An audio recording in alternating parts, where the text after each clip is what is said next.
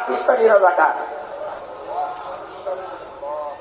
আমার আকাবির দিন বুজুর্গান দিনের নাম ধরে ধরে গালি দিতেন। হাফিজ হুজুর রাজাকার, শাইখুল হাদিস রাজাকার, মুফতি আমিনী রাজাকার, তাদের নাম ধরে ধরে গালিতেন। আর আমাকে বলতেন তুই পাকিস্তানি রাজাকার। পরিষ্কার ভাষায় বলতে চাই, একদিনের জন্য পাকিস্তান যাই নাই। পাকিস্তানের কোন শীর্ষপুর আমাদের পাসপোর্টে নাই, পাকিস্তানের কোন বিষয় নাই। পাকিস্তান ইচ্ছা করলেই যাওয়া যাবে না, কারণ পাকিস্তানের সাথে আমাদের দেশের বর্ডারের কোন সংযোগ নাই। আমাদেরকে যারা পাকিস্তানি রাজাকার বলে গত 15 বছর গালি দিয়েছ, তোমাদেরকে জিজ্ঞেস করতে চাই তোমরা গেলা কোথায়? পরিষ্কার ভাষায় বলতে চাই, আমরা পাকিস্তানি রাজাকার নই, তোমরা সবাই ইন্ডিয়ান রাজাকার।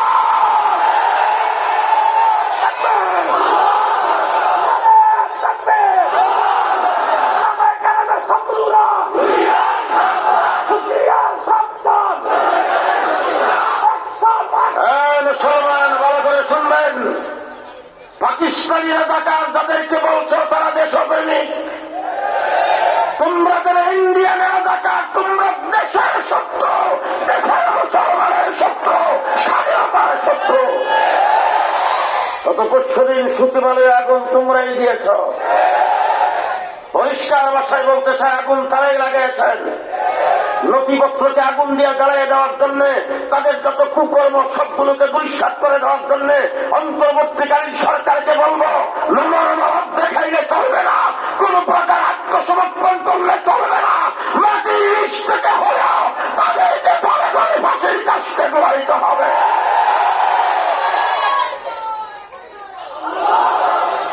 শেষ কথা আমি আপনাদের সামনে বলবো, দেশটা মুসলমানের দেশ।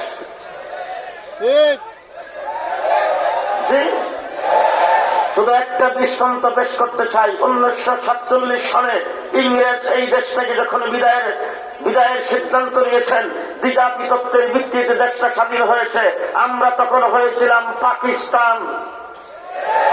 এবার বলুন তো দিকে, আমাদের পার্শ্ববর্তী একটা জায়গা আছে হিন্দুস্তানে, যেটাকে বলে পশ্চিমবঙ্গ, আমরা যেটাকে বলি কলকাতা। কলকাতার ভাষা কি? বাংলা। আমাদের ভাষা বাংলা। কলকাতায় তারা বাঙালি, আমরা বলেন বলেন বলেন বলেন তারাও বাঙালি, আমরাও বাঙালি। তাদের ভাষাও বাংলা, আমরাও বাংলা। তাই বাংলা ভাষাভাষী হয়ে কলকাতা হলো হিন্দুস্তানের অংশ, আর আমরা বাংলা ভাষাভাষী বাঙালি হয়ে আমরা হলাম পাকিস্তানের অংশ। আমার এই প্রশ্নের জবাব আপনারা দিবেন, আমার ওয়াজ শেষ। আমরা কেন পাকিস্তানের অংশ হলাম, তারা কেন হিন্দুস্তানের অংশ হল? বলেন। জি, আমরা 1947 সালে মুসলিম অধ্যুষিত নজরুলি মুসলমান হিসাবে পাকিস্তানের অংশ হয়েছিলাম। পশ্চিম পাকিস্তানিরা যখন আমাদের সঙ্গে দুর্ব্যবহার করেছে, তারা যখন আমাদের অধিকারের উপর হস্তক্ষেপ করেছে, তারা যখন আমাদের অধিকারের উপর হস্তক্ষেপ করেছে, তারা যখন আমাদের দেশের সম্পদকে লুণ্ঠন করেছে, আমাদের উপর জুলুম নির্যাতন করেছে, তখন আমরা মাজলুম হয়ে জালিমদের বিরুদ্ধে 7.5 কোটি বাঙালি 1971 সালে অস্ত্র ধরে 9 মাসে রক্তক্ষয়ী যুদ্ধ করে আমরা স্বাধীনতা অর্জন করেছি। যুদ্ধ করেছি কয় মাস? 9 মাস। এবার জিজ্ঞেস করতে চাই, কাশ্মীর হিন্দুস্তানের অংশ কত বছর যাবৎ স্বাধীনতা আন্দোলন করে? 70 বছর যাবৎ স্বাধীনতা আন্দোলন করতেছে কাশ্মীর। স্বাধীন হয়েছে তো? কথা আসতে বলবেন না। আমার পার্শ্ববর্তী সিলেটের পূর্ব পাশে আসাম 40 বছর যাবৎ স্বাধীনতা আন্দোলন করতেছে, তারা অদ্য পর্যন্ত স্বাধীনতা লাভ করতে পারে নাই। আমার পার্শ্ববর্তী এলাকা ত্রিপুরা, আমার পার্শ্ববর্তী এলাকা আগরতলা স্বাধীনতা আন্দোলন করতেছে 40 বছর, তারা স্বাধীন হতে পারে নাই।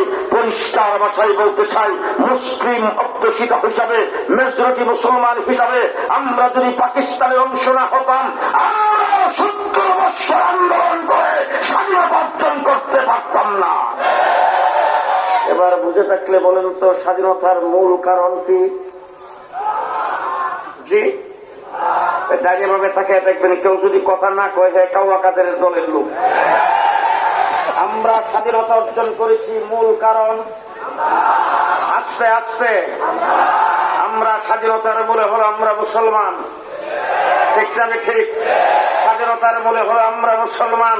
গত 15 বছর যারা ক্ষমতায় ছিল, গত 16ই ডিসেম্বর মোদী বক্তব্য দিয়েছেন, তিনি বলছেন হিন্দুস্তানের স্বাধীনতা, দেশ আমরা স্বাধীন করে দিয়েছি। মিস্টার মোদী সাহেব, আপনার রাষ্ট্র স্বাধীনতার জন্য সহযোগিতা করেছেন, আমরা 54 বছর পর্যন্ত ধন্যবাদ আর মুবারকবাদ জানাই আসছি।